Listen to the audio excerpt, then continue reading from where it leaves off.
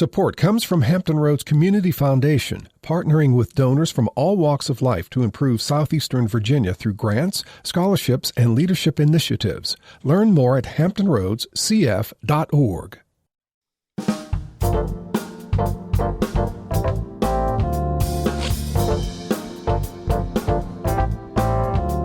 Hello, everyone. I'm Barbara Ham-Lee. Norfolk Redevelopment and Housing Authority, or NRHA, is an 84-year-old institution with a storied and complicated past. Now it's under new leadership. At the helm is Nathan Sims. Up next on Another View, the vision for the future of NRHA, particularly as it houses Norfolk's most vulnerable populations. And our very own Lisa Godley reports live from Chicago at the National Association of Black Journalists Convention. Stay tuned. Another View will return right after this national, regional, and local news from NPR and WHRO News.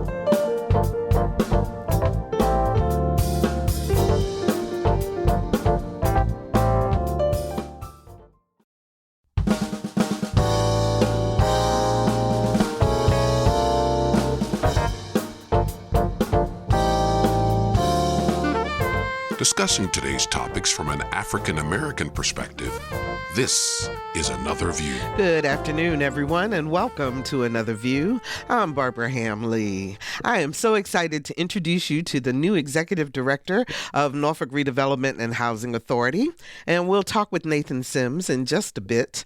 But first, we're going live to Chicago and the National Association of Black Journalists Convention, where our very own Lisa Godley brings us up to speed on the contentious clash between Donald Trump and black journalists that happened yesterday. Hey, Lisa, how you doing? Hi, Barbara.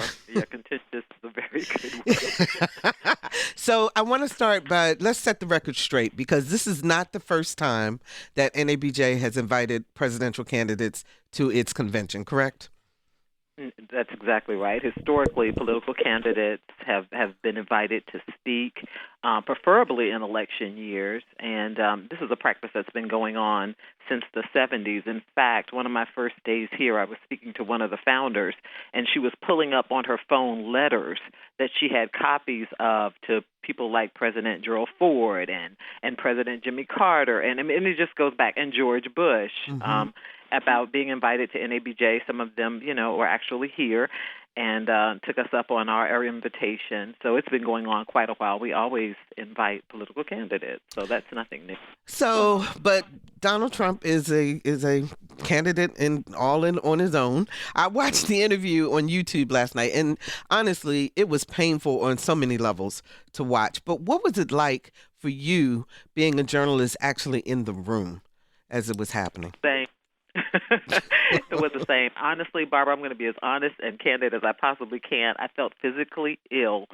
I was sick to my stomach when all was said and done. I was looking at other journalists. We were just, it was just a feeling of just nausea. I liken it to a lot of the things that as journalists we have to absorb that the general public never gets to see or hear, but we have to absorb it and then regurgitate it in a form that people can palate. Mm-hmm. But this one, if you haven't seen it, it's only 32 minutes. Go back and listen to it. Nobody's sound bites can be accused of taking somebody's sound bites out of context. Absolutely. It was just raw for 32 minutes.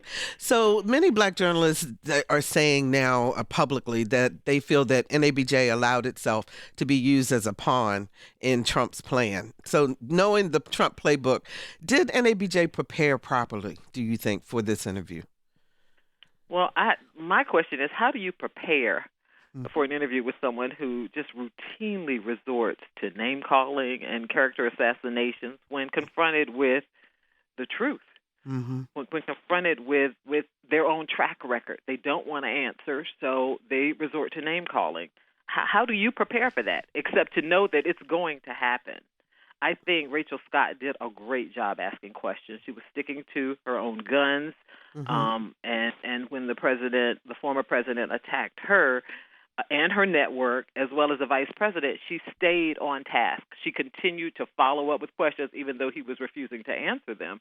She continued to ask questions. So I think she did a phenomenal job. And I think when you come back, we are going to have another conversation about this, and we can kind of get into more about, how the selection process was done and things of that nature. But clear up another point for us really quickly. Did NABJ actually invite Kamala Harris to speak?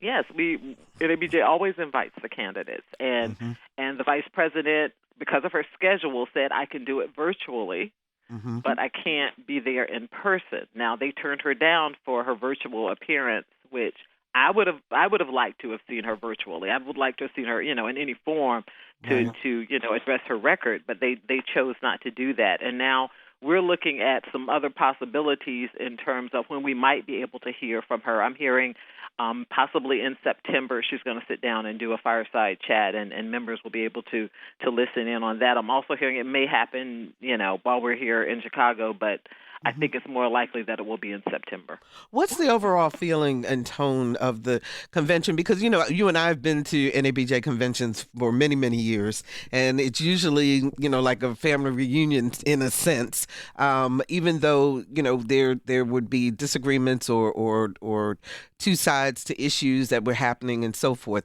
But what's the atmosphere this time? Is any different? A lot of the younger journalists don't think he should have been invited. And in the first place, just because of his record, how he's spoken to, black journalists, particularly black female journalists in the past, they just felt like he was going to be disrespectful. He should not be given that platform to be disrespectful. But the older journalists were like, we've always invited the candidates, and, we need to have an opportunity to ask questions. Even if he's not going to answer them, we need to have that opportunity. So that's kind of the division that we're seeing here at this point. The younger folks are thinking this just shouldn't have happened. As you probably know by now, one of the co-chairs stepped down when Trump was invited or accepted the invitation. So I hate to see the division, because this is a unifying time for us. This is a time we all come together.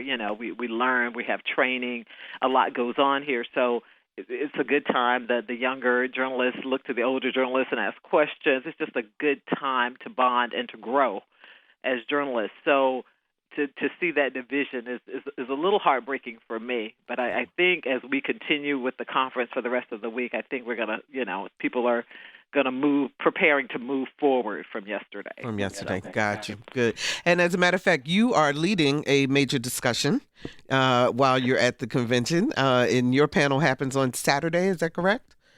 That's right. My panel happens on Saturday, and we are discussing something that we have talked about on Another View when we just talk about how black communities have been utilized to make room for other things, and how, as journalists, we cover those issues. Okay. So I think we have an incredible panel. I think it's going to be an incredible discussion, and I'm really of course it is, because you're leading it. There you go. So, but last question before I let you go. So, as immediate past president of HRBMP, and that's our local NABJ affiliate here in Hampton Roads, are there conversations going on, or do you think there will be conversations going on about how presidential candidate interviews will be handled going forward? Well, we're hearing a lot of conversations right now. I can't speak for the president of this organization in terms of policy changes or anything like that, but as a journalist, and as a lot of the older journalists that I speak to believe and agree, we need to embrace anytime we have an opportunity to sit down with an elected official, somebody in leadership who's making policy, and question them about their path and talk to them. I think it's imperative that we have those conversations, because we have to be there because the general public can't be there and they can't ask those questions. So we have to be given an opportunity to at least ask those questions, even if the candidate skirts them and doesn't answer them. We have to be in a position and be welcoming to ask those questions. regardless of who the candidate is. Thank you, Lisa. We miss you, and we will be happy when you come back next week. But thank you, seriously, for giving us a perspective that a lot of people will not be able to hear because, you're special and you're here with us. And so we really appreciate you being in the room and experiencing this event, even though it has caused some heartache and some pain for people. It's still important. Absolutely. We'll see you soon. Thank you so much. All righty. I'll see everybody when I get back. All right. We'll see you. Safe travels to you, Lisa. Take care. And we'll be right back.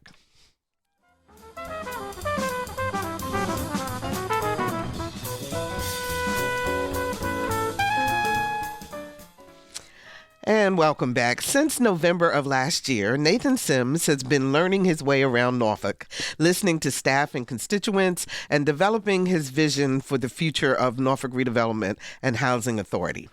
Now, before we begin our discussion, in full disclosure, through my company, Sharing Info LLC, I'm a consultant to the City of Norfolk on the St. Paul's Area Transformation Project. And as such, it is a conflict of interest for me to talk about that project in any way. So we will not discuss St. Paul's, and we will not accept phone calls or questions about that revitalization project. However, Nathan Sims has plenty of other things to discuss, and we welcome him to Another View. Hey, Nathan, how are you? Thanks for having me, Barbara. I am so glad that you are here. So my question to you is, if I were an alien, yes, and I came down from the sky and said, who is Nathan Sims, both professionally and personally, what would you say? I would say professionally, Nathan Sims is a housing connoisseur, I guess, to some extent. I've been around it for over 20 years, easily, not only just in terms of my working career, but I go back to my internship career. So I've worked at the U.S. Department of Housing and Urban Development for about 13 years. I was an intern even before that, there for about 2 years as well. But I'm a thoughtful leader. I will say that I'm somebody who is always sipping from the cup of innovation in our sphere. I believe in making sure that housing, or just even just the government, from my perspective of where I work, is trustworthy and honest to the people that we serve, and try to do the best we can, because that's what people look for us to do. Personally, I'm probably the opposite of that to some extent. I'm very low key. I am very low key. I am not much of a talker, which is probably a surprise to. Really? Yeah. Breaking news. That will probably come to a shock to the NRHA staff that's probably listening right now. And so I am not as much of a talker, but again, still thoughtful as a person. Very loyal, dedicated to my family and my friends, and like to enjoy life and explore things. What made you come to Norfolk? Oh, I think everything just aligned. It's just weird in a way. I saw the opportunity. I said, okay, let's put in for it. I came, I went, I was true to the process. I literally, because it's coming up on a year since I've interviewed for the role. So I've literally relived that journey in terms of let me go back to what these emails were. But when I got here and I interviewed for this role, August 24th of 2023. Oh, wow. And so, not a clue in the world in terms of how it was going to be, and just everything aligned. I felt like I feel like sometimes when you interview, you either feel like you killed it and you bombed, or you or you and you really bombed, or you did well. It is hard to tell. So it was hard to read everybody in the room. So to my commissioners, thank you very much. In terms of did I do well or not do well? Because it was hard to read body language. I was like, okay. But I really felt like it was an alignment in terms of what they were asking and what I was providing. What kind of sealed the deal for me, and so many people certainly know this person. So, when you're an executive director or you're working in a housing authority in a leadership position, they usually give you a tour. And so my tour was given by Julius Norman, who is our director of client services. So everybody knows Julius, or AKA Doc. He was the person who gave me my tour, and we just talked about so much in a short period of time, really, as we went through the various communities. But what really drove the point home in terms of why I wanted to be here was just the opportunity to work with the people, not just the staff of NRHA, but the people that we serve both in our communities and our voucher programs and the broader constituents in the city of Norfolk. So for those who either have a conception of NRHA because of something they've heard in the past or experience it in some other way, what exactly does NRHA do in the city of Norfolk? A lot. It is a very complicated type of but at its core, I mean, we are not only just a housing provider in terms of,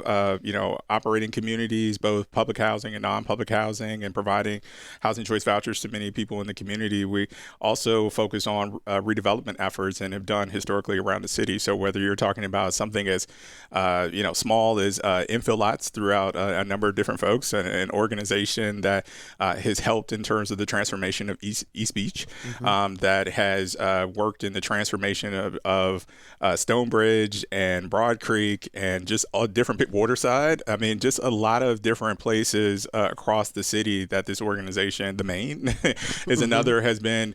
We haven't developed those, but we help assemble parcels that led to a lot of different things. So we've done a lot across the city historically, whether people sometimes know it or not. So, and when you say infill, that's going into established neighborhoods and redoing some of the houses. If you got a vacant lot in your neighborhood and we owned it, and all of a sudden the dirt opened up and there's a house next to you, 9 times out of 10, we probably had something to do with that. Okay, but so would you consider NRHA more on the redevelopment side or the housing side? Now that under your leadership, what's your focus? I think it's a little bit of both. I don't think you can do redevelopment without housing, and you can't do housing without redevelopment. And so I think that's the part. I mean, how we define it, I think is what is the interesting part to me. Some things are transformational. And so we have those opportunities across the city, and other things are standard in terms of there's a piece of property there. What do we want to see there? But I think, for me, it's always about trying to create the type of housing that people can see themselves in. Whether you see yourself of, hey, I live in this community isn't where it is I want it to be right now, but it will be. And when it is, I can still live here. Or the person who is, I'm aging. We're all getting older, right? America's getting older, not younger. It is what it is. And so, you want to be able to know that I can stay. My unit is configured, or my home is configured in a way that allows me to stay and age in it versus now I have to figure out where to go. It's not an option. So I think it's just trying to take advantage of those opportunities. We serve a lot of people, and so it's very catalytic to our economy as well. So you're doing some renovations in Diggstown. Correct. Right. Tell us a little bit about that. And I think it's upgrading what was already there. Is that correct? Yeah. So we've been working. Well, we've been doing a lot of things over the last couple of years, and so part of it has just been some of our modernization efforts. We are getting ready in the coming years to do full scale renovations at both Diggstown, which we divide into Diggstown 1 and Diggstown 2. So Diggstown 1 is 103 units. That's where we're going to focus on, but also Oakley Forest, which is right across the street. So what we've been doing is trying to just make sure that we have a good handle on the current situation of our units, the modernization of our units. So that's been kind of an ongoing piece as we begin to kind of assess what the pathway will be to ultimately redevelop those. So let's talk about the people side. Yes. Because people have a perception that if you are a resident of an NRHA project, especially in the public housing communities, that it's not a very good perception. Tell people who are truly the residents that come and are able to have homes because of the work that NRHA does. So I would say this broadly. I mean, 9 times out of 10, you're coming into contact with somebody who lives in an NRHA community or is a benefactor of a resource that NRHA affords. And so I think that's very important to really kind of say, because even the people that we serve, where you think of public housing, you're thinking, okay, this person is automatically low income. We have individuals who are very sufficient in terms of that and want and make very good money. Don't want it, don't need to live in a public housing per se, just choose to. And so, that's one. And they pay a different rent than someone who... nearly paying full market rent in some ways. And so, and then obviously we have folks who do not, but they too are, many of them are working and taking care of their families in a lot of ways and work. I mean, to me, public housing is a part of the affordable housing spectrum. Right. I mean, public housing is affordable housing, and people are looking for is housing that they can afford. And so the one thing that NRHA provides in addition to housing is that, I mean, obviously to have that stability and that safety net is a wide array of programs to help people move forward in their lives. So whether we're talking about, I mean, we got everything, right? So whether you're somebody who is looking for, access to college, and we have scholarships available for that, or work in coordination with TCC and NSU and ODU, but we also, have vocational training that we work partnering with a number of different folks on, things for our high school students, things for our children. So there are things to help people who are unemployed, underemployed, who want to change their career. I mean, we just had a graduation over the last couple of days. We partnered with Old Dominion, who partnered with Cox for an entrepreneurship program. And so we had some people participate. And that was one of the benefits. And shout out to Dr. Hemphill and his team for, linking us to that. But we've been taking full advantage of that. And so whether we're talking about internships or just connecting people to our space. So I know that you're not immune to the negative connotations that have been surrounded with NRHA. How do you change the narrative? What are you doing to do that? I think changing the narrative is sometimes just being honest. What I'm saying? I project a vision, and I believe in that vision wholeheartedly, but I understand where I am today, where our organization is today. So I get it for somebody who hears us say, hey, how we want to make your unit better in a couple of years. But I always tell people, I can't tell you that you'll be full, but you're, in 2 years, but you're starving today. And so, we have to really work in a way that, assesses where we are right now, the things we have to do going forward. So a lot of it is spending time in the communities, I've gone to a sea of meetings. I've gone to, our communities on an active basis. People are like probably used to seeing me, not used to seeing, not probably used to seeing me and probably not knowing who I am or seeing who I am again. And, so I try to keep a pretty low profile, but I always listen. So I think that's always important. So that's where I'm focused on. 757-440-2665 or 1-800-940-2240 are the numbers to call to join our conversation. We're talking about NRHA under new leadership of Nathan Sims. And what questions do you have for him? 757-440-2665 or 1-800-940-2240. You help people buy homes, don't you? We do. And that's something we're very much proud of as well. I mean, we provide housing counseling. So that's a critical component. We administer the down payment assistance program, two different down payment assistance programs, but we work closely with the city on that. And so we help people prepare, and that's what we're gearing up to do. Once again, we have a number of redevelopment opportunities that will hopefully, will lead to additional home ownership units being created.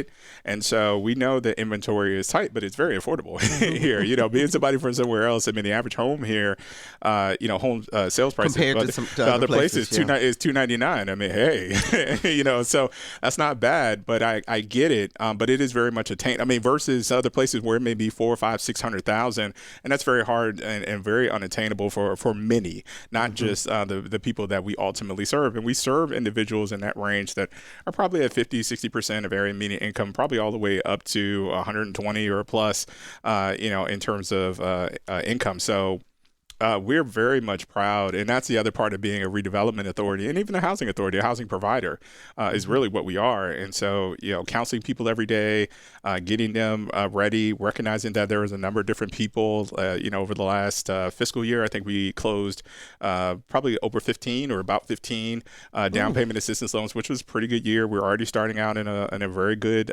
fashion. So shout out to our HomeNet and our down payment assistance teams for that.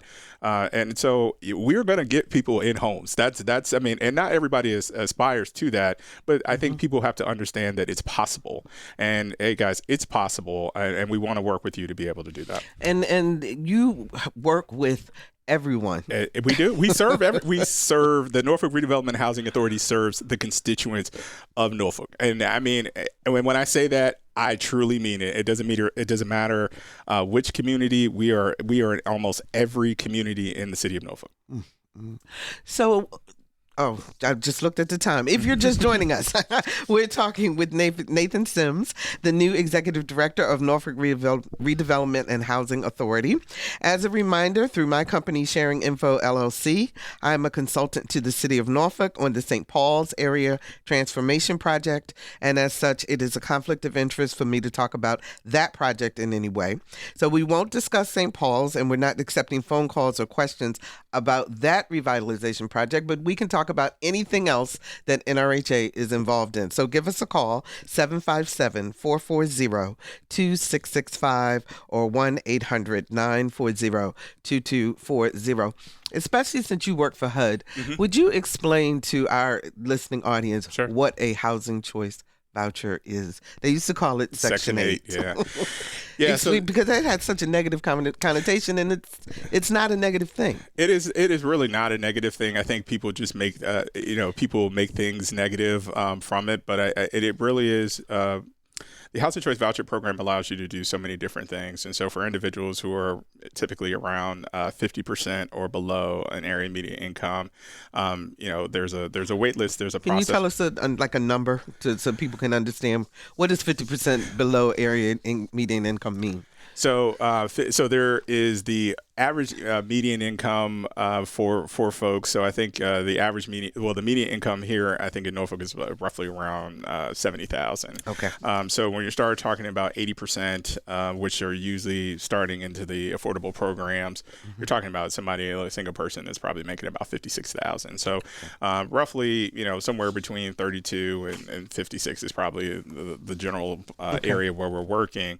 And so individuals are being pulled. Some people don't have income for a variety of reasons, but it allows the voucher program allows them to have essentially a subsidy to be able to go into the private market and secure housing. And I think that's a pretty cool thing. It's allowed folks to live across in different neighborhoods and leverage a lot of different amenities and opportunities and things of that nature. So it's a three-party relationship. I always tell people that, which is a little bit different than our community. So it's NRHA is the voucher issuer, the recipient of the voucher themselves, and the landlord. So we issue the voucher to the resident, to the participant. The participant then finds a landlord for private housing. And then they enter into a lease, and essentially we enter into a contract with that landlord to provide the majority of the payments for that rent for that individual. And so they're still responsible for roughly about 30% of their income to put towards that. And so it's a really good program. We just had a landlord forum this past Saturday, and so that was pretty good. I was going to ask, are landlords receptive to joining the program? Because they have to actually go through some sort of training and also inspection and so forth, they do, right? Yeah. So it's a bit of a process, but it's not a bad one. Like any program, there are requirements. They're the federal government's. They're not ours. But there are good requirements, right? I mean, you have to have your home inspected. That is numero uno as part of that. But I think there are other benefits that go along with that. So you don't have to ever search for a person, right? I mean, you work with us. We will always provide you a person. If one person exits, that's no problem. We can do that.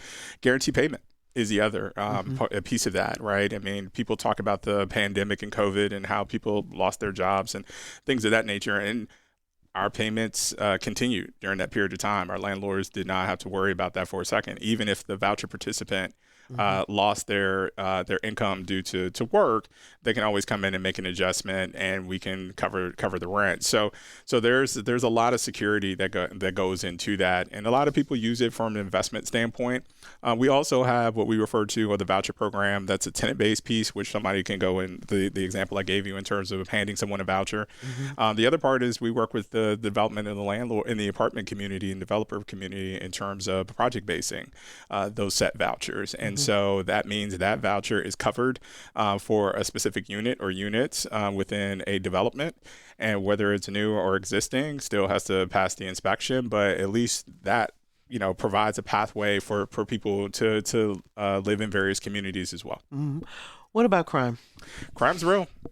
That is so refreshing to hear you say that. And I don't mean that lightly, because there are people who would try to deflect or say that's not an issue. Well, what I tell people is, which is true. I mean, statistically, and I just met with Chief Talbot just like a week or so ago, but what is true is crime in Norfolk, statistically and including in our communities, have gone down significantly. However, you cannot say crime and how people relate to crime. Crime is a feeling, right? Safety is a feeling. And so I can tell you statistics all day, but if you don't feel safe, so we work hand in hand with MPD. We work through various partners, nonprofit partners and things of that nature to try to make sure that our residents are safe. Sometimes things happen not necessarily in our community, but around our community. But sometimes how things are reported, it sounds like it's in our community, but we are impacted by that, and we want people to feel safe. Some of that is strong lease enforcement. Some of that is a reminder that hey, if you're not causing trouble, but you invite somebody to visit you and they are, listen, they have the same responsibilities as you do because they're your guests, and if they do something, there are repercussions that you may have to face. So I mean it goes beyond the cameras and the lighting. I think the other part too is just how do we get to people, how do we change mindsets, because the real piece is I want to show you how you can get a stable life and a stable be in a stable environment and be a stable provider for yourself and for your family, versus you having to stand on the corner and be a target, or you stand in the corner and have to go to prison for a variety of reasons. Like, get some real money in your pocket and some real safety. So that's what we're really focused on. What is your biggest challenge right now in terms of time? Well, I would say it's time, right? Because you're always, my job inherently is about managing expectations, right? No matter how strategic I can be, it's about managing expectations. And whether it's managing expectations on my board, everybody has a boss. Well, I got 9 bosses. I know, I used to be the head of the bosses. Exactly. So I have 9 bosses, ladies and gentlemen. And so I love them to death. And so it's managing that. It's managing the expectations and the relationships with the city of Norfolk and various variety of partners. And it's the organization we manage. And, not to cut you off, but people, I think, also don't understand the relationship between the city and NRHA. Yes. Can you explain that? Yeah. So we work closely together, but NRHA is not a city agency. I mean, we're a sub-political division. I know that's super technical on a hot Thursday, but we're a sub-political division of the state of Virginia, and so we're like a quasi-government agency. So I know sometimes people are like, "Well, you're the city," and da da da. We're not that, but we work very closely together. Our governance structure is different. The city, through the city council, obviously appoints our board of commissioners, and we're pretty much autonomous from there. So I saw on your website that you have put out an RFP for a qualified modular construction firm. Yes. What's that about? So you can't, these are the things that I think we enjoy every day, and that's the innovative side of things. And so the one thing that is very clear is we have a lot of housing to develop, and we have to figure innovative ways to be able to do that. One part of that is the modular piece. And for everybody who's listening, I know when people hear modular, I know I said this in a conversation and somebody just rolled their eyes. We're not talking about, and no disrespect to anybody who lives in a double wide, but this is not, we're not talking about, we're not talking about a double wide trailer or anything like that. We're talking about homes, whether it's single family or townhomes or even multifamily homes. We want to start, working our way deeper and deeper into that because it takes time. I mean, it saves on time and cost.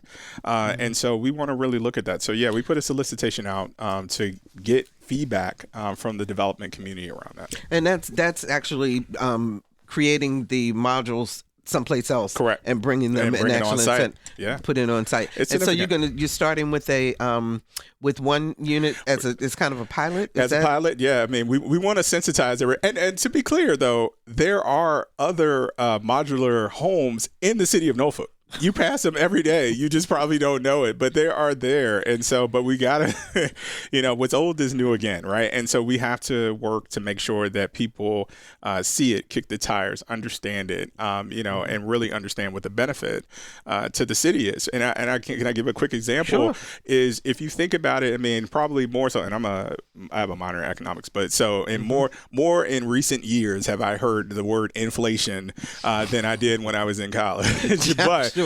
But at the same time, if you think about it, many people who were buying homes as inflation increased, they saw interest rates go up. It literally as construction is happening.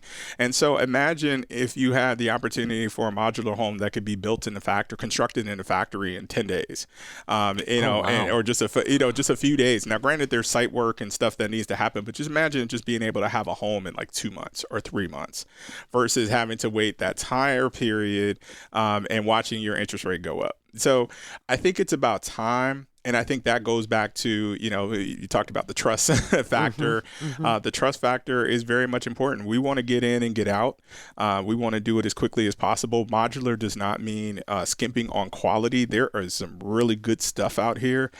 There's a high bar in terms of what you have to hit to be able to do it. And we want to be able to do it and create not only a hope that we are successful. I know we will be successful in this endeavor, but we want to do more of it, and we want to be able to bring it to the city of Norfolk because we not only realize that it helps us in terms of the housing standpoint and introducing additional inventory into the market a lot faster, but it also represents workforce opportunities as well.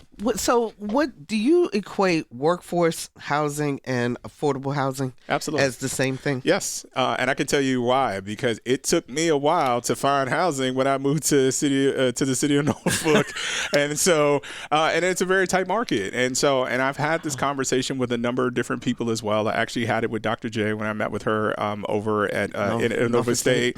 And she said the same thing. A lot of individuals that are professors that are coming in are struggling to find that. And it just cycles up, cycles down, right? So it doesn't matter what your income is.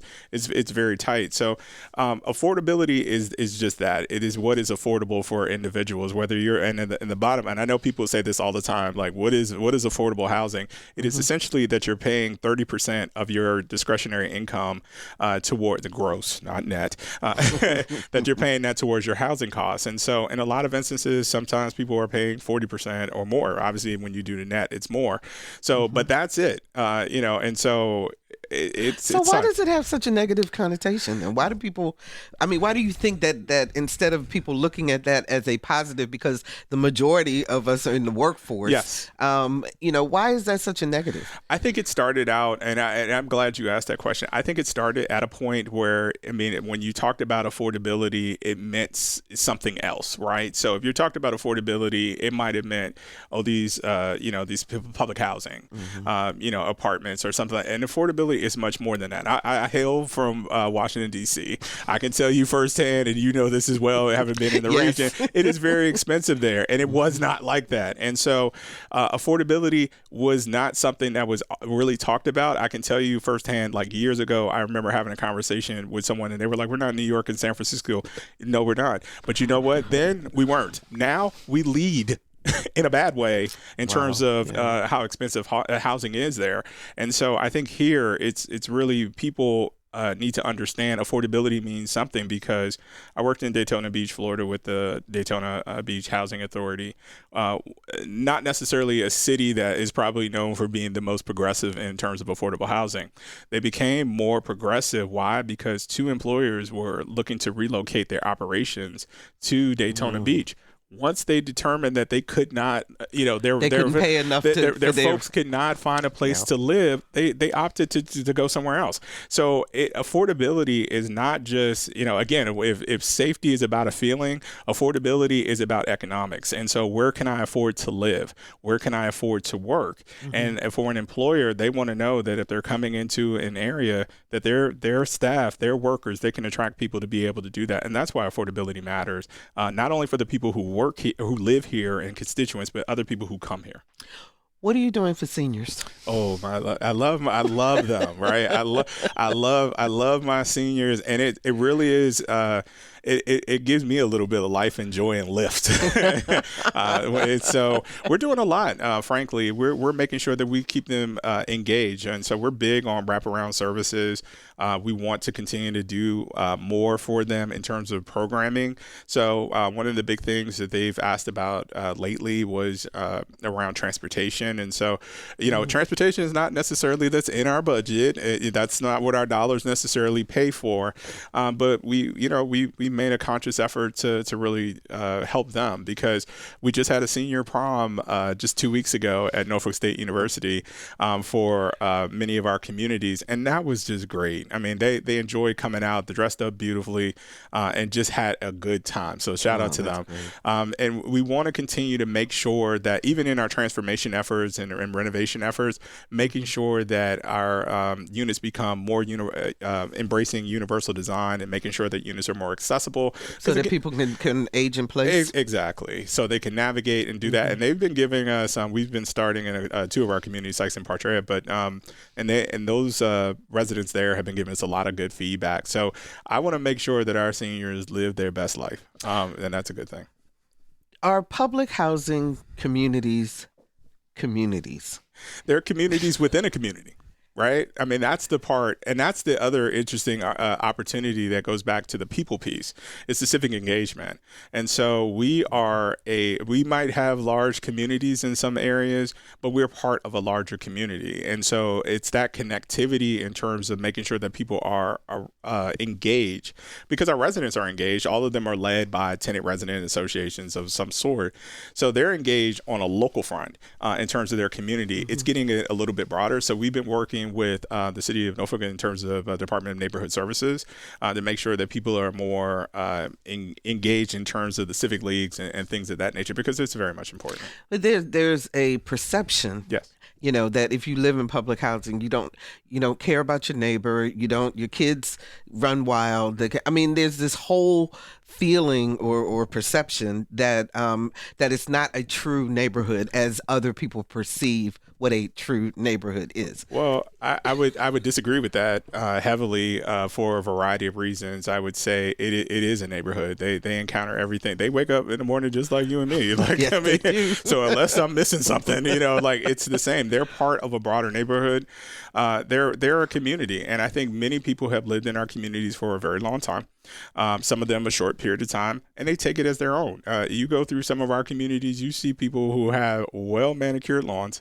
Even though we cut grass, they have their flowers, they have their plants. They're out there, making sure that trash and debris is not around. They're taking a degree of ownership, and so I feel like we have to, and this is us as a society as a whole, but I think even us as NRHA, we have to get back to a sense of community and looking out for our neighbor and making sure that everybody's good, and that's just reality. You don't know what people are going through. So going back to something you just said, because you said some people live there for a very long time. They do. But public housing in its inception was supposed to be a stepping stone. It was. Yes. So talk about how that may have morphed some, if it has, and what that means in terms of NRHA's future and the things that you're planning for. So forward. I think, the old theme, and this is not just NRHA, I mean, it's been across a couple of different authorities, has been move in, move up, move out. And so some people have stayed, they've raised their families, and their families have moved on. And I think that's a good thing, but they're still there. And so, and usually those are people who may be a little bit older. And so, they're looking for affordable senior housing, and that's fine. It's not a problem. And we can work within that confines. The people who are there now, who are very able-bodied, who are willing, even who are struggling and don't know how to really get there, but just want to get somewhere, those are the people we want to get to. Why? Because the city of Norfolk has a lot of opportunities, whether we're talking about medical, CSKD, Centera, EVMS, Norfolk State, TCC, ODU, shipyards. We got a lot of different industry, naval base in Norfolk. We have a lot of things here. So I think, and they're all looking for jobs. One of the things that got me early on was, we don't have enough 911 dispatchers. That's something we can. That's a job. HRT needing more drivers. That's a job. So let's work to make sure that people are connected to those things. I get it. At the end of the day, sometimes people feel that being in some of our communities provide that safety net, right? Like, what if I fail? But I think I want people to understand that failure is part of life, but support is everything. And so know that we, NRHA, are going to work to support you in terms of your endeavors to be able to move forward. We're always going to kind of create affordable housing. So that's not a problem. Take advantage of our opportunities in terms of the programs and relationships. Is communication an issue in terms of getting the word to people? I mean, because it seems like, even when I was involved with NRHA, we felt like we were constantly telling people, we've got this program, that program, this, blah, blah, blah. But yet, trying to get people engaged. So are you doing anything different? Because we didn't do it right. Here's the thing. I tell people all the time, I mean, we're not the first housing agency or housing authority to struggle with messaging. I feel like people know police, fire, and different types of, garbage more so than they know our programs, right? Yeah. And that's just normal. But I think it's about the outreach. It's the intentionality, how we go about it, understanding the methods how people get their information. Putting out a flyer is great, but people don't pay attention to a flyer, right? But not always, So I think it's trying to figure out how do we do that. And so we're fortunate enough to have a new communications director of communications and intergovernmental relations, to be clear, to help us in terms of telling our story. And that's something we wanted to do. But I think it's the messaging. It's really, knowing what to say, right? And somebody was manning one of our tables a few weeks ago, and, they were like, well, what do you got? I was like, well, what are you interested in? And so we just went through the litany of things. I was like, high school diploma? No, I got that. College degree? I got some of that. I was like, a job? I got a job. You want a higher paying one? She was like, hey, all right, I'm listening. Okay, all right. So I think it's speaking to folks in a way that, is a little bit different, right? I think everybody wants folks to be able to, and we want people to move forward. Why? Not because we're trying to just move on. There are people behind them. Right. Yeah. There are people who we manage waiting lists, both for our public housing and our voucher programs. There are a lot of people on there. And so we want to work and we want to help them as well. And so that means, creating other pathways to move people forward. And I think that's where we have to get to. And it's an environment here that it's not impossible. And that's the good thing. Is the stigma external? Or are you fighting the stigma externally as well as internally? Meaning the constituents that you serve, are they thinking the same way that some outsiders may be thinking in terms of, okay, I'm here, I'm stuck, this is... I think it's a combination of both, right? I think that, it's about, I see you, right? If you're on the outside and you're an employer and you're looking for people who, to hire, they're here. They're in these communities. Let's partner up and let's figure out how to connect and strengthen that and expand that, because we do that in a lot of ways. If you're internal, I think it's a little bit different too, because sometimes you do get into people fall into different kind of situations, right? Like you might have grown up in it, been able to excel past it. You may have been grown up in it and stuck in it. The other way too is circumstances may have driven you to it. So let's figure out how to meet you halfway and how we can move that forward. So I think it's an opportunity to really say, let's meet people where they are, or really just open up conversations like, hey, did HRT telling me, hey, we need some additional drivers. We have people, right? So let's talk about that. Yeah, exactly. So I think that's a natural piece. So you've worked at many different housing authorities across the country and so forth. I think mainly on the East Coast. Yes. How do we compare? I don't think we're that far off. I mean, well, first of all, I know you're in the job too. I get that, but I mean, just in terms of the focus, the things that people are doing, the innovation, how do we compare? Well, I think the thing, if you think about it from this perspective, I think we're moving in a lot of good ways, and we have been. The luxury, I think, of being both a redevelopment and a housing authority is we have a lot of development experience in our background. A lot of traditional housing authorities, they've just built housing back in the 50s and the 60s and the 40s, and they've just maintained it. And so now when you start talking about, hey, it's time for us to redevelop or revitalize, I mean, people freeze. A lot of people have gotten out of this space because they don't want to deal with it, because they don't understand it. So we at least have that luxury of doing that under our belt. We too are retooling because we've lost some things along the way. We have some great people, great staff. We continue to add on to that. We're laser focused on trying to do what we need to do. So I think we're right there. I mean, when you start talking to different folks, and I talk to a lot of different folks in our space on a regular basis, because that's the way you got to level head in this. We're not far off, but I mean, we are the state of the Commonwealth's largest redevelopment and housing authority. We are very proud of that. To my friends listening, maybe in Richmond with the Richmond redevelopment, how they love those guys, but they keep saying they're number one and they're not. But we work in a holistic and a comprehensive kind of manner, but we're not far off. The residents that live in any NRHA property could be of any race. Yes. Correct? Correct. So it is not a black thing. It is not.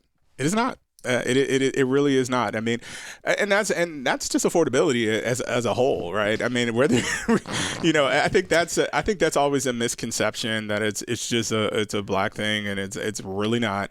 But I mean, obviously, it's going to be made up in terms of largely what your population is. We're a microcosm of the city of Norfolk, right? So it shouldn't be that far off. But yes, we serve many different people from many different nationalities and countries. So, is there any community that you would say I'm afraid to go into? You go everywhere. I go right? everywhere. I go where. Well, first of all, I tell everybody, like, I mean, it's not that way to say that. But I'm like, I'm from DC. Like, I've seen a lot. I've seen a lot in my time. So and I think, and that's what I think sometimes gets our staff. Like, I'm not afraid to. I'm never going to let fear drive what I have to do, because me being in the community 5-10 minutes or 20 minutes or even an hour or several hours is much different than being in a community living there 24 hours a day. And so, I mean, I should not, nor should anyone that we work with be afraid to come into our communities. Why? Because this is where people live every day. We have to understand what they go through. So I don't have a problem. I know these are their homes. This is their home. This is what we have to meet them where they are. We got 1 minute left. Yes. What do you want people to know if they don't walk away from anything else? What do you want them to know about NRHA? I want to let people know that NRHA is open for business, and what that means is I understand that, we got a lot of work to do, whether it's on the maintenance front, transformation front, communication front. We know, we see it, we're going to do it, pardon our dust. But when we get there, hop on board. We're going to do some great things. I love the city of Norfolk. I love NRHA. We're going to do some really good things. And the website is? NRHA.us. NRHA.us. Thank you so much, Nathan Sims. Thank you, It's Barbara. been such a pleasure to meet you and to talk with you. And we're going to stay on top of things and keep going as your new projects develop. Thank you. Thank you so much. And audience, before I let you go, let me tell you about something that's happening tomorrow night. That is August the 2nd at 6 p.m. Merchant Square Association in Williamsburg is bringing a woman by the name of Kishana. and she is going to be doing a live performance. It is an acoustic blend of soul, gospel, folk, and R&B music, and they want you to come out and enjoy it. And it's going to be Friday, August the 2nd, 6 p.m., Merchant Square Association, right there in the square where all the shops are. Come and listen to Kishana perform. I think that you will find that it will be a great opportunity. And if you want to know more, she has a website, or you can go to the Kennedy Center Performance website to listen to her music ahead of time. But it sounds like it's going to be a really great time. So hopefully you will come out and enjoy, and it won't rain and it won't be too hot. So there we go. So thank you so much for sharing an hour of your life with us here on Another View. We have a little over 90 days left before the November elections. So each week I will remind you to register to vote and to make your plans now for getting to the polls. Your vote is your voice, so use it. Go to vote.gov for more information. Next week on Another View, the Another View Roundtable. Need I say more? Our theme music is an original composition created especially for Another View by Jay Sennett. Dr. Barry Graham filled in for Lisa Godley as our show producer. Jordan Christie is our audio engineer. And Jay Sennett sat in to answer our phones. Yay, Jay, thank you so much. I'm Barbara Ham Lee. Thanks so much for listening. And let's get together again next Thursday at noon for Another View.